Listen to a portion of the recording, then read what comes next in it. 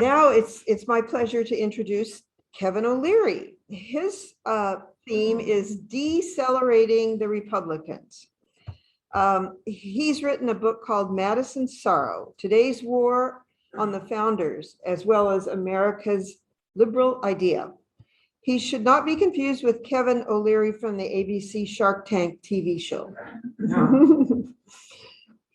He lives in Irvine, has long experience covering and writing about American politics for publications like Time Magazine, LA Times, and Orange County Metro Magazine. His book, Madison's Sorrow, was published in 2020 to tell the story of America's historical struggle between liberal ideas and the reactionary or illiberal resistance to these ideals. He writes about the rise of the alt-right that goes surprisingly, is this really true, as far back as the American Revolution? Okay, he's going to have to defend this. Please welcome Kevin O'Leary.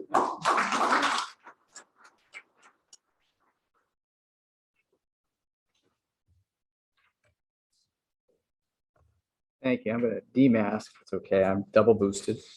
And you guys are all masked. So thank you very much to the Palos Verdes Democrats. Thanks very much for inviting me to talk. And to Anne, I know she's away because of graduation, which is great. You can go to a graduation. So that's really nice. And Carol and the rest of you. And so I am Kevin O'Leary. I'll claim that I'm the real Kevin O'Leary. I go by Kevin C. O'Leary to distinguish it in my book now. I didn't used to have to do that as a journalist and author. This is my second book. But the Shark Tank Kevin O'Leary is Canadian. Nothing against that. One of my daughters is dating a Canadian who just got dual citizenship. But he chose to use Kevin, which is actually one of his middle names. He has several middle names, decided that was better. So he moved up. So I'm the actual Kevin O'Leary, okay? Right, and I'm up the coast. I grew up in Manhattan Beach, went to Maricosta High, was a commuter kid to UCLA for most of the years. Then as a senior moved up there, was a Coro Fellow after that, and ended up debating between law school and a PhD program. And I got into Yale and I said, I'm gonna try this. So I went off to Yale, worked with some great professors, including two that inspire what I'm working on now. Robert Dahl, who was like the kingpin of American political, democratic theory in American politics for generations. And a guy named Juan Lentz. And Juan Lentz was the expert worldwide on democratic breakdown. And I took his class on Spain. He published this great stuff. The guys at Harvard that now have a book out for a couple of years called How Democracies Die, they're using part of Lentz's framework, right? So he's a strong influence, even though he's passed away. And I never thought I'd be taking the ideas that he talked about. One of them I'm going to bring up today is semi-loyal. So put that in your brain, semi-loyal. That's a key concept for Lentz. That's part of the reason that we're in trouble now. So let me start with this. So you got my background, I'm both a journalist and a political scientist. I kind of do journalism and then I would jump back to writing a book project and then go back to journalism. But at this time, I'm kind of like a pro-democracy advocate. I jumped into that because politics has changed so much. I was happy growing up covering Republicans, you know, and Democrats and being somewhat on the sidelines, right? My wife is an activist. She runs Demo CPAC down in Orange County, which is not a Democratic club because they're focused on congressional and Senate races nationwide, and they don't get into the local stuff quite as much. They started out as a PAC, and now they're doing activism as well. But when I started working on this project, it was back when Obama got rebuffed by McConnell. And I was a young kid working in Tip O'Neill's office, and I saw Reagan and Tip O'Neill work together. You know, and Reagan came out of California. He'd worked with the liberals up in California. He was a pragmatist. He was a hard right guy in his head, but he grew up in the Midwest. He was not racist himself. He knew how to use race. His first speech after the nomination, he went to Mississippi, the famous county where the 3 civil rights workers were killed, gave a speech talking about states' rights. The next day, he had the chutzpah to go to New York City and talk to the NAACP. I mean, he was a politician who could compartmentalize, right? And a very skilled politician. But our politics have gone a lot different from where Reagan was to today. And that's part of what this talk's about. So the subject of my talk in general is kind of like, why are we in this slow motion coup, which we can see, right? Slow motion like crash. It's like, right? and the shocking, what I'll call disloyalty by the Republicans. Right, so I want to get into that. Now, one thing I want to leave you with is this notion that we are in a constitutional moment right now. And I want this phrase to kind of go with you.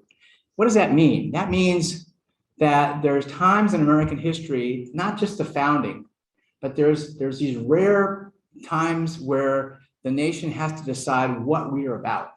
What is the country about as we move forward? And one of those times we had to do that was the Civil War. One of those times was the Revolution. And one of those times was the Great Depression era, kind of from the progressive era through the New Deal. Now, who are we fighting in each one of those periods? The first is King George and the whole idea of monarchy, right? One of my favorite writers is Tom Paine, not only Common Sense, but his brilliant book, Rights of Man, who along with Mary Wollstonecraft, who wrote The Vindication of the Rights of Man, as an attack on Edmund Burke. She was like the first feminist. I wonder what she would think about the Roe decision right now. And so if we go back and we look at that protest by Paine and the rest against King George and the idea of monarchy, which we can translate into modern terms as autocracy, the rule of one, okay? What was the Civil War about? It was about Southern racism and the biggest plantation owners wanting to own the whole country, push westward and make slavery everywhere. And the North and Lincoln, they pushed back and said, no, we can't do that. And as I'll talk about, Madison and the founders helped Lincoln do his project by the words they chose to use in the founding documents. That's really important. Third, we all know about the progressive era with Teddy Roosevelt, and he breaks up Standard Oil. He actually made Standard Oil more efficient by breaking it into 34 pieces. He read Ida Tarbell, who was like the first muckraker, right? Female journalist who just took the skin off of Rockefeller's image as this wonderful guy and showed what predatory pricing was about. I mean, they had this before computers and everything. They had ways Rockefeller could track the prices across the country. He had this network of spies to know what was going on everywhere, right? And you know, with predatory pricing, if you're dominating the market in Texas, you're a small refiner and you're up against this national person, they can chop the prices in half to drive you out of business, right? Anyway, Ida Tarbell just stripped away all the illusions about Rockefeller. He ended up dying a despised man for good reason for what he did. But we responded to the plutocrats like Carnegie, who did great things with libraries, right? But he was a social Darwinist who believed in kind of this, upper crust that were the producers. Think of Romney's language in that campaign, that clip that got him in trouble about the 47%. That comes from Herbert Spencer, who inspired some of the plutocrats and then inspired Ayn Rand and things like that. And that half the population are just stragglers, right? The moochers that don't deserve anything.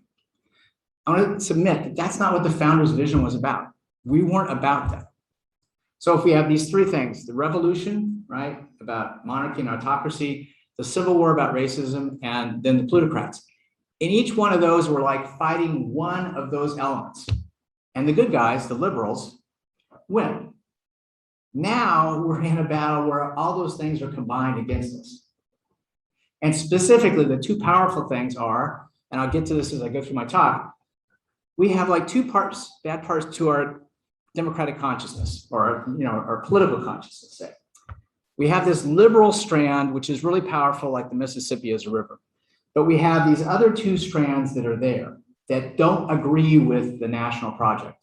They're not on board. And I'll explain this as I go ahead. One is Southern racism, and the other is the ideology of the plutocrats, who basically think about the guys funding the campaign about voting on the right now, right? The Koch brothers and the Peter Thiels and that kind of stuff.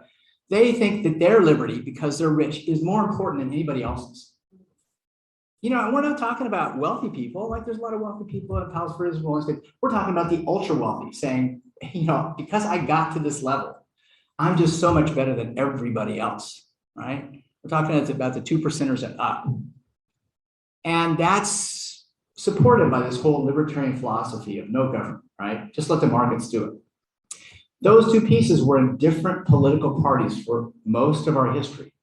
right? Since the Civil War on, because of Lincoln, the Republican Party has the business class, but the Democratic Party had the Southern whites. And that's the way it was, right? Southern whites for the Democratic Party all the way to the 60s. The Republicans, they had a right-wing radical, John Birchers, and back before that, right? But those people were part of a bigger party. And what's happened now is those two pieces came together in the 60s, and gradually they've driven out the moderates, right? Used to be the party's full of John McCain types. Used to be Bob Dole, right?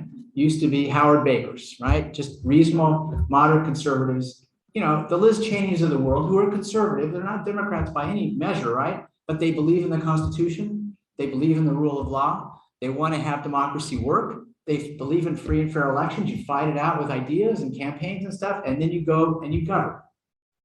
Like, we've stepped away from that. And that's why this is a constitutional moment, and you need to communicate. We all need to communicate to people that this is a really special time. It's not about inflation. It's not just another midterm election. The next couple elections are really important because we're in this fight. And it's a really important fight about taking care of the country. And people have to step up. And as a constitutional moment, the phrase comes from Bruce Ackerman, who was a constitutional law professor at Yale.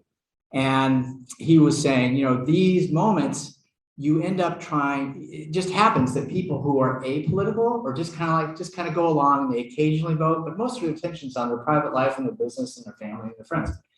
At these moments, these constitutional moments, they know that they have to pay attention, right? All of a sudden, politics becomes important in the 1850s.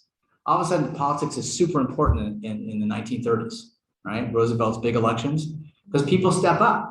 They say, we need the government to help us, right? Even Ronald Reagan's dad was helped by the WPA. Ronald Reagan was a Democrat through Truman, right? So he remembered that. He was not absolutely opposed to the Democrats. He just, as he got older, you know, he's a rich Hollywood guy, and he said, taxes are too high, I'm going to go this way. And he hates the Soviet Union, and he buys F.A. Hayek's argument in A Road to Serfdom, which, if you read my book, Madison Sorrow, I'll explain why that's a really flawed argument. Might have been a great economist, but his sense of history and sociology is way off, right? So we're in a constitutional moment.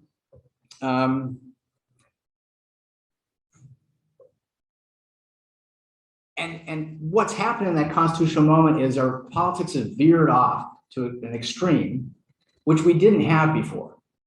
And in this way, you should think of, you know, the standard idea of American politics. It's almost, you know, just so simple. Our politics have usually been moderate. We don't recognize it, but compared to most countries, our politics have been fortunately moderate, fortunately boring when other people look at us. Like, we don't have a Marxist-Leninist left, right? Republicans are always trying to say, oh, you're socialists and stuff. They're really mild, and they never dominated the national politics, and they were never Marxist-Leninist. If you read Marx, the key thing that happens with Marx is he hates the liberals so much he thinks they didn't go far enough with the French and American revolutions, but he doesn't have a constitutional theory. Lenin comes along, applies Marxism to a place it doesn't work, Russia. It's all peasants. It's not a proletariat, right? And Lenin's about, we need a vanguard. We need an intellectual leadership class that's going to make this happen. And when you did that and you have no constitutional structure, you go right to a stop. You get a bad character, they got total power, you're in deep trouble. We have never come close to having anybody like that at the national level, right? So it's just bogus that the socialism charge is just something they always dream up. Our ideas, you know, it's mild, right? It's about the welfare state. What are you going to do with that? On the other side, we've never had straight up fascism. Right? We've never gotten to a Hitler or Mussolini time. But, you know, we have had our first far right president with Trump. And because of what happened with January 6th, and since with the Republican Party and the way they say, oh, January 6th, it's legitimate political discourse. That's insane, right? We all know that's insane. And so luckily for the good people, right? The Liz Cheneys on the right to where we are, right? Those people need to rally and say, this election is about patriots versus traitors. This election is about saving the country. Step up for the country. It's not about normal policy debates. It's not about inflation. So where are we? We used to be liberals and conservatives debating things, and you had a small fringe on both sides, but it didn't count. Now you got a guy like Steve Bannon, who, even though he went to Harvard Business School, would be a fringe player given his career choices, right? He wants to be playing on the right wing. He'd be out there doing his radio program, whatever. Never in the White House. Okay. Trump, a lot of too many Washington journalists have watched this thing and they're just doing their daily reports, and it's just, oh, they just think of it that, you know, it's the Democrats versus, it's an off-year election. Yeah, the Republicans should do better. It's just kind of like the normal stuff. Trump's kind of a crazy guy, and they were able to say, and a lot of voters, like a lot of business people that would vote with the Republican Party and say, I'm all about regulations and taxes. Those are my two issues. Yeah, Trump's a wild guy. He's kind of crazy, but he's not really dangerous. He's like Berlusconi, if they knew something about European politics. In Italy, wild tycoon, flamboyant, lots of women, crazy stuff, but not really dangerous to the Italian political system. Right? But maybe Trump's more like Mussolini. And Mussolini had Proud Boys, they called them black shirts. And he had mass public opinion. And you cannot just figure that Trump is like Berlusconi since January 6th and the events leading up to it. And then how the Republicans have closed ranks. So what we've got now is we have liberals, and how are we looking here? So if I'm looking back with you, this is right, okay. We have liberals, okay? We have AOC and Bernie, a little bit left, but nothing far left. And then we have conservatives. There's still the population. There's millions of Reagan and Bush W conservatives out there.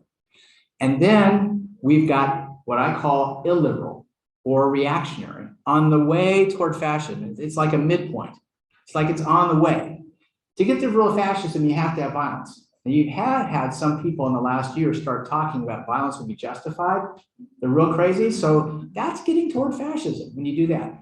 But most of the people that are illiberal are just saying, I just don't like Biden. I don't like, you know, Hillary. And I'm for Trump, right? And we want to take back the government. That word illiberal was used for overseas politics for years by academics and journalists. And now it applies here because illiberal means you're not loyal to free and fair elections. You're not loyal to a constitution. You want power above all, and you're fine with an autocracy. If it takes an autocracy to get your side to win, you'll do it. And that is just jumping outside of democratic politics. And another thing I want to leave you with in terms of talking to friends, talking to people who are in the middle, is remind them this, that your liberty depends on a constitutional democracy, right? Everybody cares about their liberty. You can get everybody's attention by saying, do you care about your liberty? You know, 9 out of 10 people are going to say, I certainly do. Well, if you go to an autocracy, a monarchy or modern autocracy or modern dictatorship, right? Or an oligarchy that's all about a small group having the power. And then all bets are off. It's like if you get a nice one, right? And Tom Paine knew this. Tom Paine wasn't against King George or Louis XVI because of them being their personhood. He was about the concept. He said the problem is these are, average monarchs. So what? What I'm worried about is when they're really bad. And sometimes a good one will act bad, and there's no way to stop them. And in modern times, with totalitarianism, if you get a bad ruler, all bets are off, right? And somebody's going to end up in the gulag, and some people are going to be disappeared. And the way these modern autocrats, these modern fascists work is to stigmatize certain people in the population, whether it be Jews, whether it be women, right? And I'll talk about this, how Trump has taken the old Southern model and generalized it across the whole society.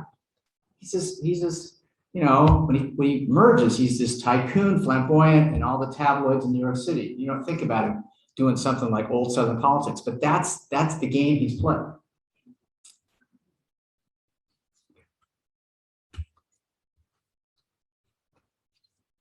Okay, let me riff on the Alito decision that's been leaked about Roe and original intent. conservatives and the liberals, right? They often, even a George Will type, right? His last big book, George Will is a good conservative. He's out of the Burkean tradition. They believe in government, right? They don't trash government. Like, government's essential. They may want it smaller than the liberals do, but they still understand government is essential. You need a functioning government. When you get into more of the illiberal stuff, it's like some of them just want to just tear it up. They just want to go back to state government and let the markets run and let the big corporations do whatever they want. The original intent. So a lot of conservatives will look and say, hey, modern liberalism is all about from the progressive era and the New Deal on, and they borrowed stuff from Germany, and it's all this kind of European idea about big government. No, that's not right. If you go back all the way and you look at how the country originated, and you take a broader view than just the Constitution. There's good stuff in the Constitution, I'm not saying that, but they kind of cherry pick about property rights and whatever, like that's the only thing that's there. It's more than that. If you look at the founding documents, right, there's another big document, the Declaration, that is all about equality, right? That founding language. It's aspirational. They don't do a perfect job, of course, right? Because they're living at this time and they have to get the country started, and they've got these South Carolinians that are powerful, that are slave owners, and they can't eliminate it if they're going to get the country off the ground, which is tragic. But even deeper than that, where do our ideas come from? Madison and Jefferson and Paine, they go back to the ancient Greeks, Athens, they go back to Rome, this kind of civic republican idea, this patriotic idea. They go to the English Revolution, which was pretty radical and did some great stuff and made Parliament more powerful, but the ideas that almost took root were about individual rights and voting for everybody. Like, they started talking about that between 1640 and 1660, and then they brought back the king. Those ideas generated, and a guy named John Locke, famous philosopher, wrote a whole bunch of stuff. He was a really good writer. I mean, you can pick up an essay on considering, I'm going to get the title wrong for a second, just a second. Essay on Human Understanding. Famous book. It was like a bestseller for 2 centuries, which is crazy. The key thing in there, this is his epistemology, was he was as radical as Lenin, as radical as Robespierre. He said to everybody, hey, a king and an aristocrat, they don't think any better than a peasant. We're all the same. The way we think is all the same across everybody. That single idea about how people think, that was the germ for the American and French revolutions. And the Americans took what Locke was talking about and what they wanted to do, and they looked at old world Europe. And this is important for where we are today. They looked at old world Europe and said, that's aristocracy, that's caste and class. We don't want a caste system based on 4 values: privilege, hierarchy, radical inequality, and exclusion. Think about it. That's what the old world was about, right? Privilege, hierarchy, radical inequality, and exclusion for a certain group at the top, right? The Third Estate in France, that was 95% of the population. They weren't the privileged part, right? And the American French Revolution blew that up. And we said, we want to set up a democratic society that is based on liberty and equality for all. Now, we couldn't get there all the way, right? But Jefferson, Paine's a real radical. I mean, he, for the time, he's all the way. He, in fact, has stuff in the Rights of Man that pretells the New Deal.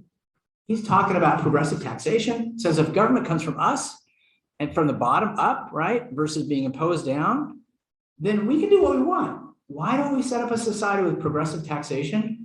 And so the rich people can afford a little bit more than the middle class people.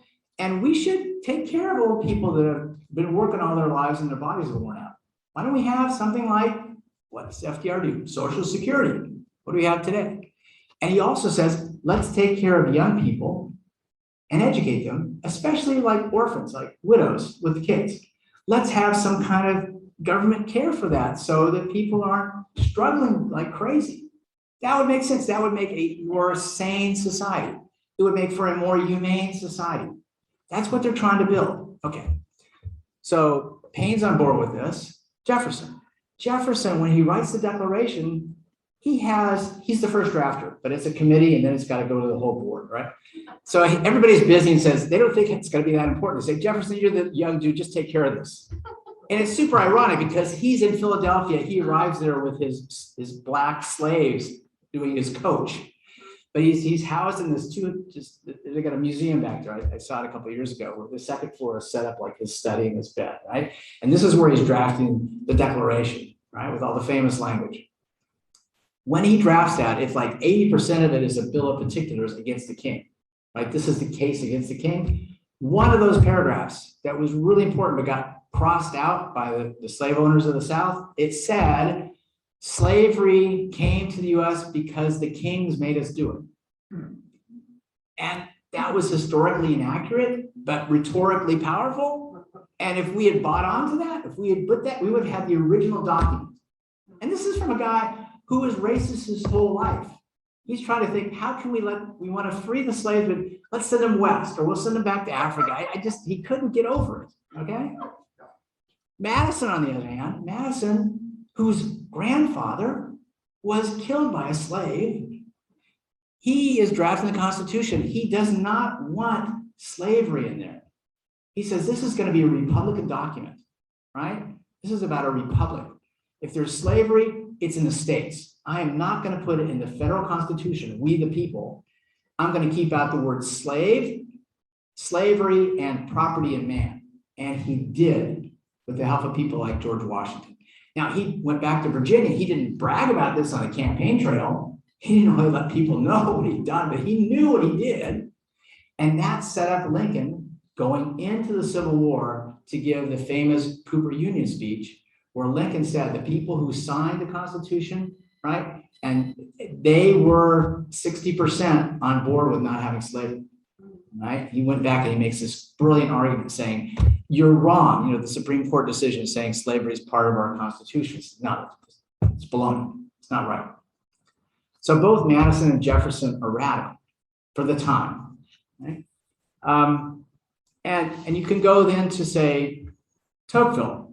Tocqueville comes in the 1830s. He's writing about America. He glamorizes, he worships this, he celebrates is the right word, what we've done with democracy in the North and the West. That's what democracy in America is about. He says we've got these norms, right? We all buy into these norms. And it's not the law and it's not the Constitution's account because those can be ripped up. But our norms are really strongly democratic. And the country at the time, and it's weird for us to look back, and especially when you have younger people, they can't quite grasp this sometimes. But the 1830s and 1840s in America, right? Granted, blacks are slaves, women don't have rights. I get all that. But compared to Europe, white males in this country were fabulously entitled. It was equal in terms of the economy, society, and politics, unlike it had ever been since Athens, right?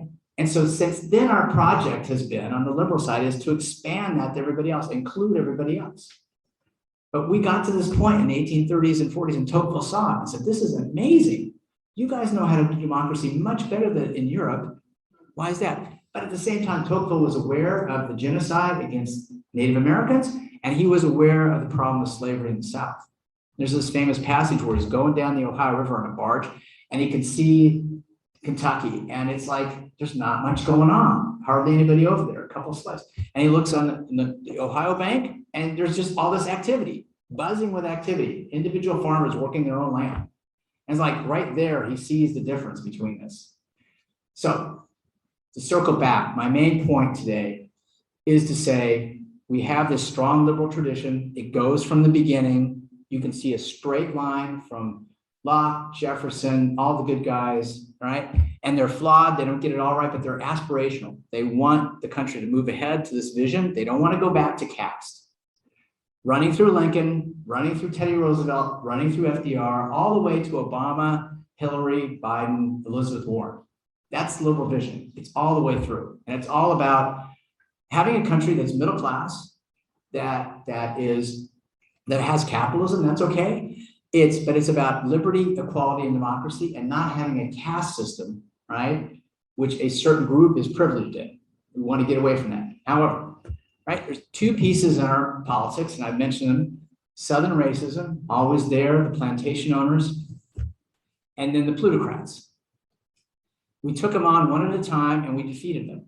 The main problem in American history, however, is how we defeated the Southern plantation owners, right? We didn't finish off the Civil War the way we needed to. Lincoln's dead, and a guy named my hero in American politics right now, besides Tom Paine, is Thaddeus Stevens. He appears in the movie Lincoln at the end. He's got a black mistress in bed. I don't know if that's historically accurate, but what is historically accurate, the phrase, everybody's kind of heard this once in a while, even people who are really apolitical, 40 acres and a mule. Sounds kind of corny. It's actually brilliant when you unpack it. Stevens looked at the defeated South and he said, you know, maybe he's thinking this in his head. In other countries, we would take those leaders out and we would shoot them, or we put them in prison for life, or whatever. I'm not being that radical. I understand Lincoln being magnanimous with the leadership down south, but we did win this war. It was brutal, and we have to treat them as a defeated enemy. And what we need to do, thinking Tocqueville in the back of his mind, is change the norms in the South. To do that, we have to break the power of the biggest plantation owners, and we have to empower the poor whites and poor blacks. How do we do that? We break up the biggest plantations, we redistribute the property, and we give it to the poor landowners who are going to be sharecroppers now, and to get them out of that system. What happens? And he speaks eloquently for a couple of years across the country, trying to get people to do this, and it doesn't happen. And he says, if we don't do this, there's going to be a curse on us. Well, obviously there was a curse on Black Americans, right? Especially from the 1890s on, when they put in the whole stuff with Jim Crow. But the curse is on all of us now, because that has come back to haunt us. Because from 1865 to 1965, the South is its own place. It wasn't until John Kennedy in 1963 that an American president, first time in 100 years, had said slavery and racism, that racism is a moral issue for the country. We just kind of made it a regional problem. We said, oh, it's the South, they can do majority rule, they have democracy. No, those places were one-party dictatorships. That was the one place in the country where we had authoritarian politics. And so even though the slaveholders are long dead, their ideology has lived on, and it's not just racist, it's authoritarian. Right? So you got two strands in American political psyche that are not quite into the liberal project, meaning liberal with a philosophic term, meaning covering Democrats and regular conservatives like Reagan and Cheney. All right, there's two pieces that are, yeah, well, maybe if we win the election, but we're okay pushing further than that. The other piece is the plutocrats. They're in the Republican Party, they're on the far right, they're with the John Birchers, but they don't dominate during Eisenhower's period. Similarly, in the New Deal Party, the Southern senators are really powerful, but they don't dominate the whole party. All right? They're players. Both of these factors are players, but they're within parties. But the wires don't cross. So I'm doing my book and I start reading about the South. And I'm kind of embarrassed to say, I didn't know that much about the South. Right? I'm a journalist covering the West Coast for Time, PhD from Yale, teaching at the Claremont colleges and UCI and Chapman and places like that. I'd never taken the time to really dive into the South. I start reading about George Wallace. Turns out, Mr. Wallace, he lost his election in 1958 because he wasn't racist enough. And he's plenty racist. And he said famously after that, I'm not going to be inward again, right? He knew what it took. There's three famous speeches in 1963. There's, of course, I Have a Dream. There is John F. Kennedy's address about racism and civil rights, about 3 or 4 months before he dies, where he does the right thing and speaks about it. He says, basically, we can't have a society where everything's good for everybody except Black children. That's a refrain that goes through the speech. And he's fighting the Cold War, right? So the Russians are on his case and he wants America to look good internationally. So it's partially a calculation by him about, we got to take care of this problem. And the civil rights people and the John Lewis's of the world, right? They forced the issue on the Kennedys to do the right thing. But then the other great speech is George Wallace. And George Wallace gets sworn in. Finally, his big goal in life is to become the governor of Alabama, and he makes it. And he gives his address. So we all know the famous refrain, segregation now, segregation forever. But the key thing in the speech is he doesn't talk about racism flat out. The older demagogues in the South in the 30s and 40s, they were racist straight up, and racism was the only thing going on politically. All the politics was about ethos, trust me, fear them, and nobody wanted to talk about schooling or anything like that because that was taxes and people didn't want to pay it. And so Wallace changed the vocabulary and got things going so you could be subtly racist. He attacked Washington, everybody knew what he was talking about. So the bureaucrats can't drive their bicycles, can't trust them. Those two wires crossed and you push ahead. And so that accelerates. So my last big point for you is that we're in some people are talking about this as a civil war. It's not. And that's the wrong way to think about it. That's actually dangerous. But we are in I think, a counter-revolution against the founders. The Republicans used to attack the Great Society. Then they attacked the New Deal. With the Trump era, they are attacking the founding essence of the country. And that's why we're in this constitutional moment, right? And it's accelerated. The reason you know you're in a revolution is when crazy people have power, like Bannon. And what we've gone from is from this initial thing. And if you get my book, we have a photo of this guy that George Wallace sends to shake hands with Barry Goldwater on top of the hotel in San Francisco, right before the convention, to say George Wallace wants to be your vice presidential running mate. Think about that. Goldwater Wallace. It's a true story. That simmers. It takes a long time for it to happen. You get to Reagan and he's kind of like, he's illiberal in his head, but he's not totally there. He's let Reagan be Reagan. It's kind of like people hoping he'll be more right-wing than he really is. And then you get to Gingrich and it really takes off. And you go from Gingrich to the Tea Party to the rise of Trump to now QAnon and people like Bannon running around. So in a revolution, that's what happens. The extremists have the edge. And so in the Republican Party, that's what happened. There's millions of normal Republicans out there. They have no leadership. So my last point, I come back. I was talking about semi-loyal. What this election's about is patriots versus traitors.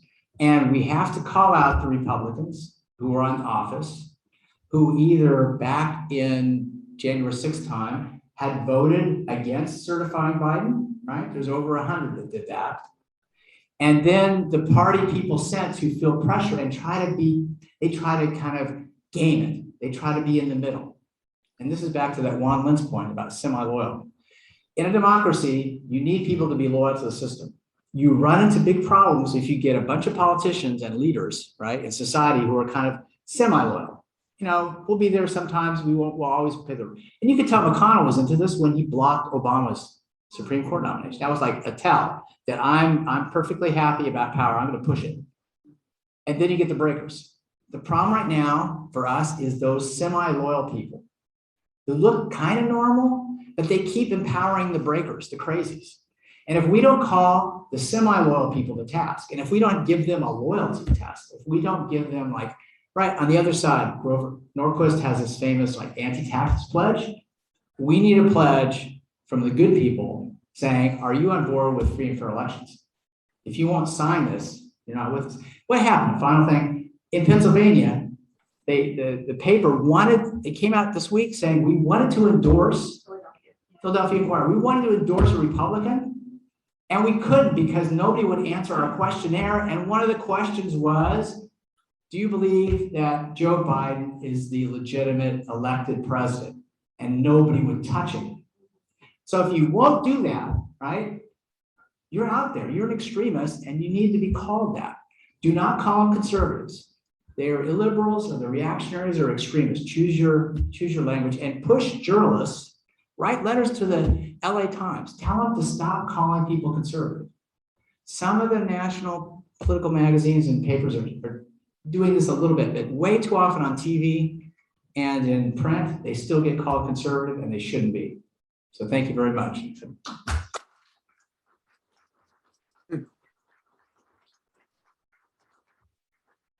We have time for questions. Okay, We have, go ahead, go.